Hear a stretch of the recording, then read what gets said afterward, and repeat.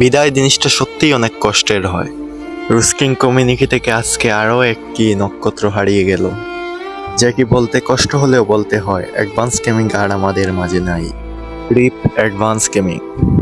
আজকে বেলা একটা সময় একটি পোস্ট দেখি অ্যাডভান্স গেমিং এর টেলিগ্রামের মধ্যে, যেটা ওর অ্যাডমিন বা ওর বন্ধুই করেছে।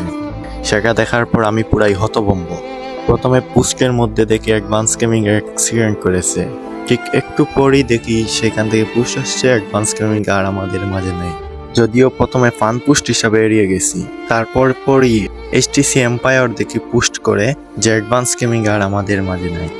তারপর পরই অনেক রুস্টার প্লাস ইউটিউবার সহ গেমিং ইউটিউবার সবাই পোস্ট করে এই বিষয় নিয়ে। তারপর আমি খোঁজখবর নেই এবং HTC এম্পায়ারের কাছ থেকে বিষয়টি ক্লিয়ার হয়নি।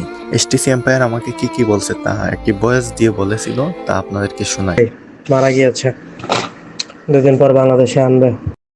এখন আপনাদেরকে একটি ছবির মাধ্যমে দেখাই দেই যে কিভাবে অ্যাক্সিডেন্টটা হয়েছিল। অ্যাক্সিডেন্ট স্পটের ছবি প্লাস গাড়ির ছবি সহ সবকিছু আছে।